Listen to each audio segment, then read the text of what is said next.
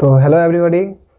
इससे पहली वाली वीडियो में मैंने ऑफर एंड एक्सेप्टेंस के कुछ क्वेश्चन किए थे, तो अगर आप लोगों ने वो नहीं देखे तो प्लीज़ पहले वो जाके देख ले।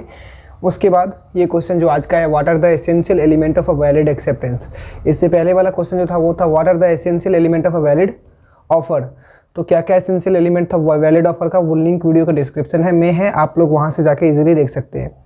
ठीक है, तो अभी का जो वीडियो है what are the essential element of a valid acceptance, मतलब कि एक अच्छा वैलिड एक्सेप्टेंस होने के लिए क्या क्या रूल फॉलो करना पड़ेगा हम लोगों को।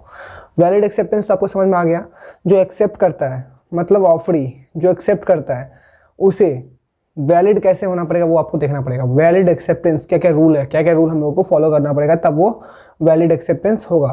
तो पहला जो पॉइंट है वो है acceptance must B absolute and unconditional.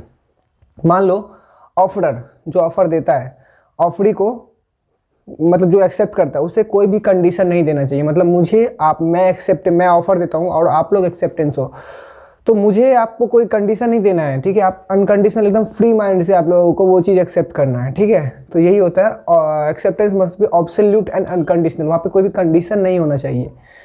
I hope आपको ये समझ में आ गया होगा कि एब्सोल्यूट एंड अनकंडीशनल क्या होता है। ठीक है, दूसरा पॉइंट था acceptance must be communicated to the offeror. जो एक्सेप्ट करता है उसे हमेशा ऑफरर से बात करना चाहिए। मतलब जो ऑफर देता है उससे हमेशा एक्सेप्टेंस को बात करना चाहिए कि वो ऑफर के बारे में, कि उसे क्या वो एक्सेप्टेंस वो कॉन्टेक्ट से क्या होगा, ये होगा, जो भी उसका बेनिफिट है उससे पहले सब कुछ बात करना चाहिए कि इस ऑफर से हमें कब करना है, क्या करना है। तो उसे ही बोलते हैं acceptance must be communicated to the offeror.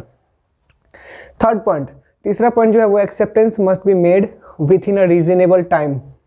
ठीक है, अब इसे समझते हैं कि आप एक्सेप्टेंस हो। ठीक है, मतलब आपको मैंने ऑफर दिया, आपने एक्सेप्ट कैसे करोगे। जब मान लो 3 दिन का ऑफर था कि मैंने 3 दिन का आपको ऑफर दिया कि 3 दिन में आप जिन दिन को एडमिशन कराना है हम लोगों को सेंटर में, वो एडमिशन करा सकते हैं। तो 3 दिन का जो ऑफर था वो रीजनेबल टाइम में फिक्स है। अगर आप चौथा दिन आओगे तो वो वैलिड नहीं होगा, वो वाइड एक्सेप्टेंस हो जाएगा। तो आपको वैलिड एक्सेप्टेंस के लिए तीसरा रूल आपको फॉलो करना पड़ेगा। तो रीजनेबल टाइम में आपको ये करना पड़ेगा, तभी वो वैलिड एक्सेप्टेंस होगा। ठीक है, चौथा जो पॉइंट है वो है it must be made according to the prescribe mode और रीजनेबल मोड। इसका मतलब ये होता है ऑफरर मतलब जो ऑफर देता है। ठीक है, ये याद रखना, ऑफरर मतलब जो ऑफर देता है और ऑफरी मतलब जो एक्सेप्ट करता है। तो ऑफरर जो बोलेगा ऑनलाइन मोड ऑफलाइन मोड जैसा बोलेगा वैसा करना पड़ेगा। तो यही होता है it must be made according to the prescribe mode और रीजनेबल मोड। मान लो मैंने आपको बोल दिया कि आपको ऑनलाइन ये काम करना है और आप दौड़ के ऑफलाइन करने चले गए, तो ये वैलिड नहीं होगा, वाइड एक्सेप्टेंस होगा। इसीलिए आपको वैलिड एक्सेप्टेंस बनाने के लिए ये रूल को फॉलो करना पड़ेगा। तो क्या था point, it must be made according to the prescribe mode और रीजनेबल मोड।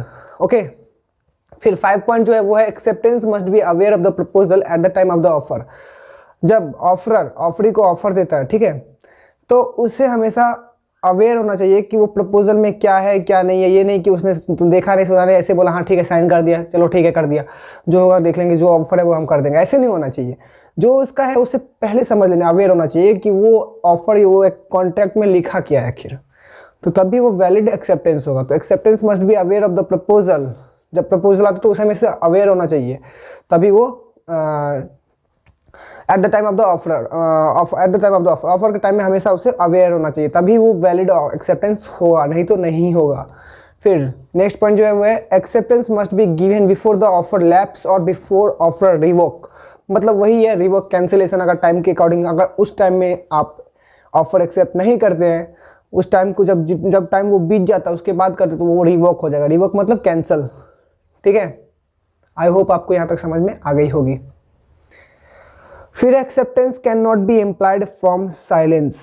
आप जब एक्सेप्ट मिलता है तो आपको चुप रहने से होगा नहीं कुछ, आपको उस टाइम में बोलना पड़ेगा कि ये जो एक्सेप्टेंस हमको ऑफर जो आपको मैं दे रहा हूँ, मतलब ऑफर जो ऑफरी को ऑफर दे रहा है उसमें क्या लिखा है। ये नहीं कि आप किसी के फोर्स में आके अनड्यू इन्फ्लुएंस या क्योर में आके आप कुछ कर रहे हो। ठीक है, ये यूज़ नहीं करना। आपको हमेशा जो है वो बोल के, मतलब इम्प्लाइड फ्रॉम साइलेंस नहीं होना चाहिए। वहाँ पे आपको उनसे डिस्कस करना पड़ेगा कि ये ऑफर में क्या है, ये कॉन्टैक्ट जो बना है वो किस पर्पस के लिए है, जो भी है यूज़ के लिए है। तो आपको ये चीज़ समझना पड़ेगा, तभी वो acceptance can not be implied from silence. जो एक्सेप्ट करता है वो साइलेंस से नहीं होगा। तो यही था कुछ पॉइंट वैलिड एक्सेप्टेंस के लिए। उम्मीद करता हूँ कि आपको ये अच्छी लगी। चलिए नेक्स्ट क्वेश्चन की ओर सो गाइस, हम लोगों का सेकंड क्वेश्चन जो है वो है what are the modes of revocation of offer. तो यहाँ पे हम लोग को समझना है रिवोकेशन मतलब क्या होता है। रिवोकेशन मतलब होता है कैंसल, मतलब क्या क्या मोड्स है एक ऑफर को कैंसिल होने के लिए, तो वो आपको समझना है। समझने के लिए तो ये वीडियो को लाइक शेयर एंड सब्सक्राइब तो पक्का करिए। मैं बार बार रिपीट कर रहा हूँ गाइस, बहुत एफर्ट लगता है बनाने में वीडियो, तो प्लीज़ इतना तो कर सकते हैं कि लाइक शेयर एंड सब्सक्राइब जल्दी करिए, अच्छे से करिए, ताकि हम लोगों को मोटिवेशन बना रहे आप लोगों को पढ़ाने के लिए।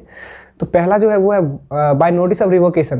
मतलब क्या होता है, जो ऑफरर जो ऑफर देता है, ठीक है, और जो एक्सेप्ट करता है, ठीक है, यहाँ पे क्या होता है, उसने नोटिस दे दिया कि मुझे ऑफर एक्सेप्ट नहीं करना है, तो इस केस में ये ऑफर मतलब क्या होगा, कैंसिल हो सकता है।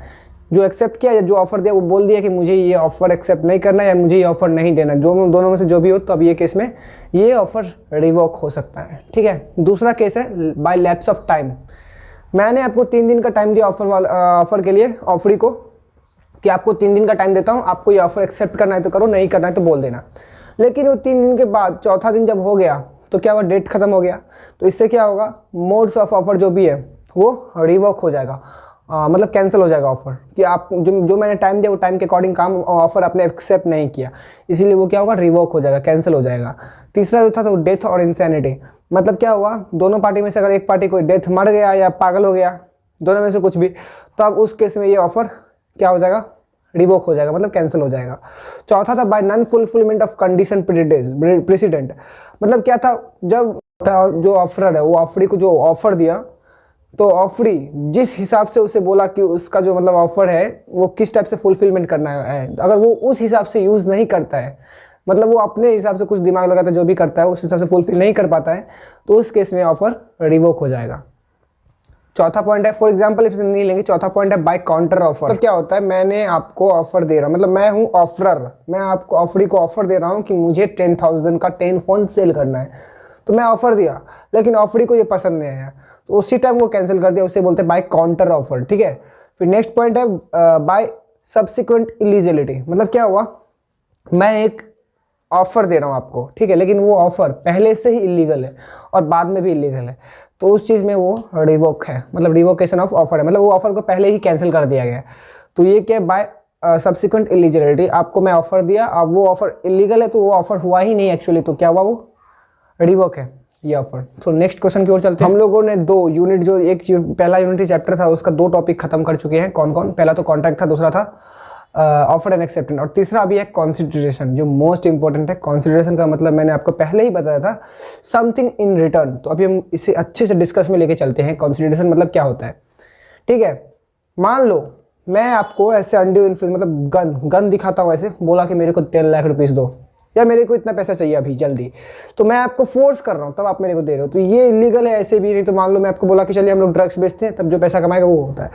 लेकिन समथिंग इन रिटर्न मतलब क्या होता है, मैंने बस में जैसे ट्रैवल किया, तो बस में ट्रैवल कर रहा हूँ, तो उसका तो पहले से ही है ना, उसका फ़ी हमको जो उसका मतलब पे है, पेमेंट उसको तो करना ही पड़ेगा, उसका जो गाड़ी भाड़ा है उसको तो देना ही पड़ेगा ना।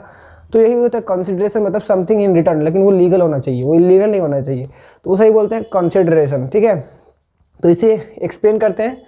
Consideration is one of the important element of every contract. The law enforces only those contracts which are enforceability at law.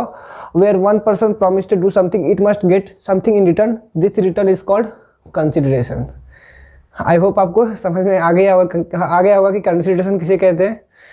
और बहुत ज़्यादा बोल लिया कि थोड़ा सा मेरा साउंड भी है वो भी तो चेंज हो रहा है। लास्ट क्वेश्चन करके उसके बाद हम लोग नेक्स्ट वीडियो में पूरा क्लियर करेंगे। नो कॉन्ट्रैक्ट नो कंसिडरेशन, मतलब कॉन्ट्रैक्ट नहीं है तो कंसिडरेशन भी नहीं होगा, उसे एक्सप्लेन करने के लिए बोल रहा है, ठीक है। मतलब under what circumstances no consideration is required for a valid contract. मतलब क्या क्या चांस है कि बिना कंसिडरेशन का ही वैलिड कॉन्ट्रैक्ट होगा। अब मैंने आपको बोला था एसेंशियल एलिमेंट में एक था जिसमें लॉफुल कंसिडरेशन लिखा हुआ था टॉपिक, लेकिन का जो ये था नो कॉन्ट्रैक्ट नो कंसिडरेशन एक्सेप्लेन, मतलब जो था इसका मतलब कॉन्ट्रैक्ट अगर नहीं होगा तो मतलब नो कॉन्ट्रैक्ट नो कंसिडरेशन, ऐसा था। ये भी एक क्वेश्चन है। दूसरा क्वेश्चन इसमें है under what circumstances no consideration is required for a valid contract. मतलब एक वैलिड कॉन्ट्रैक्ट में वैलिड कॉन्ट्रैक्ट भी होगा लेकिन उसमें कंसिडरेशन नहीं चाहिए। मतलब क्या क्या सर्कमस्टेंसेस है उसके लिए। तो पहला है नेचुरल लव एंड अफेक्शन। इसका मतलब ये हुआ कि एक पिताजी है और एक उनके बेटा है, ठीक है। तो क्या हुआ, तो पिताजी अपने बेटे के लिए एक मतलब अपना ज़मीन का पूरा साइन कर दिया उस पर, ठीक है, कि जब मैं मरूंगा तो आप तुम ले लेना, ऐसे समथिंग। तो यहाँ पे नेचुरल लव एंड अफेक्शन का मतलब ये हुआ कि वो मतलब समथिंग इन रिटर्न ये नहीं हो रहा है कि जब वो करेगा तभी उसको मिलेगा, लेकिन ये नेचुरल लव एंड अफेक्शन है, उसका मन है वो तभी देगा, तो इसे बोलते हैं नेचुरल लव एंड अफेक्शन। ठीक है, दूसरा पॉइंट है कंपनसेशन फॉर सर्विस रेंडर। इसका मतलब देखिए, इसको मैं एक अच्छे एग्जांपल समझते हैं। ऋषिकेश नाम का एक लड़का है जो कहीं जा रहा था, उसका पर्स नीचे गिर गया। ठीक है, तो राम नाम का आदमी उसे पर्स ढूंढ के उस ऋषिकेश के पास पहुंचा दिया कैसे भी करके। जब वो वहाँ पहुंचा तो ऋषिकेश ने बोला कि थैंक यू सो मच, अभी मेरे पास पैसा नहीं है, मैं तुमको बाद में 10,000 रुपीज़, इसके लिए 10,000 तो देगा नहीं, वैसे 2,000 रुपीज़ मैं तुमको दूंगा इसके लिए कि तुमने मेरा पर्स ढूंढ के दिया मुझे। तो अब यहाँ पे क्या हो रहा है, अब जो वो राम नाम का लड़का जिसने वो पर्स ढूंढ के दिया, अगर उसे पैसा ऋषिकेश ने नहीं दिया तो वो केस नहीं कर सकता है। कर सकता है? आप बोलो, नहीं कर सकता है, क्योंकि ये कंपनसेशन उसने बोला, लेकिन ऐसा हो नहीं सकता है ना, उसका मन वो देगा कि नहीं देगा। तो इस सिचुएशन में कंसिडरेशन मतलब नहीं चाहिए। यहाँ कंसिडरेशन मतलब समथिंग इन रिटर्न, मतलब रिटर्न नहीं दे रहा है। ठीक है, उसका मन वो देगा कि नहीं देगा, तो यहाँ पे हो भी सकता है नहीं भी हो सकता, तभी भी वैलिड कॉन्ट्रैक्ट होगा। सो तीसरा पॉइंट है टाइम बेयर डेप्ट। अब इसे भी समझते हैं कि मान लो एक राम नाम का लड़का है जिसने मुझसे उधार लिया, लाइबिलिटीज कुछ मतलब समथिंग डेट उधार लिया 2,000 का, तो मैंने उसे 2,000 दे दिया। ठीक है, लेकिन मुझे वो लोन देने से पहले, लाइबिलिटी पे करने से पहले मुझे उससे साइन कराना पड़ेगा। रिटेन या ऑर्डरली से काम नहीं चलेगा। अगर वो ऑर्डरली बोल दिया कि मुझे कुछ पैसा उधार दो, मैं तुमको बाद में पैसा दे दूंगा, अगर वो ऑर्डरली है तो इन्फोर्स है, इन्फोर्सिबिलिटी एट लॉ है। उसका मन वो देगा तो ठीक है, नहीं दिया तो तुम्हारा पैसा गया। ठीक है, उसके लिए क्या, अगर उसके लिए तुमको साइन कराना पड़ेगा कि भाई ये इस पे साइन कर दो तभी मैं तुम्हें 2,000 रुपीज़ पे करूंगा। तो ये आपको ध्यान रखना है कि अगर ऐसा होता है, ऑर्डरली बोल के कोई पैसा लेता है तो उसे मत देना, उसे साइन करवाना, नहीं तो वो इन्फोर्सेबल होगा। और अगर वो पैसा आपको नहीं दिया तो आप कुछ भी नहीं कर सकते हो, क्योंकि आपके पास कुछ सबूत ही नहीं है ना। ऑर्डरली बोल दे थोड़ी ना होगा, आपको कुछ डॉक्यूमेंट चाहिए, तो इसे बोलते हैं टाइम बेयर्ड डेट। उसके बाद नेक्स्ट पॉइंट है कंप्लीट गिफ्ट। गिफ्ट का मतलब यहाँ पे देखो क्या होता है, किसी का बर्थडे है, ठीक है, तो मैं उस बर्थडे में गया, उसे गिफ्ट दिया, तो उस गिफ्ट के मतलब मैं थोड़ा उसे बोलूँगा कि मेरे को कुछ दो, नहीं बोल सकता हूँ ना। तो कंसिडरेशन यहाँ पे भी तो वही हुआ, वैलिड कॉन्ट्रैक्ट है, लेकिन यहाँ पे कंसिडरेशन अप्लाई नहीं हुआ। कंप्लीट गिफ्ट, क्योंकि मैं गिफ्ट दे रहा हूँ, मेरे को कुछ नहीं मिलेगा, कि मैं बोल ही नहीं सकता हूँ ना कि मेरे को कुछ दो। आप बोलोगे क्या, आप मेरे को कुछ गिफ्ट देने के लिए आओगे, आप बोल सकते हो मुझे कि भैया मेरे को कुछ दो, मैंने आपको गिफ्ट दिया, ऐसा तो नहीं होगा। यही चीज़ है कंप्लीट गिफ्ट। तो गाइज वीडियो कैसी लगी, हम लोग कंसिस्टेंसी वीडियो ला रहे हैं और हम लोग का एग्जाम है, तो हो सकता है कुछ प्रूडेंस हो जाए कि हम लोग वीडियो अभी बनाना छोड़ दें, क्योंकि एग्जाम आ रहे तो मुझे भी पढ़ना पड़ेगा।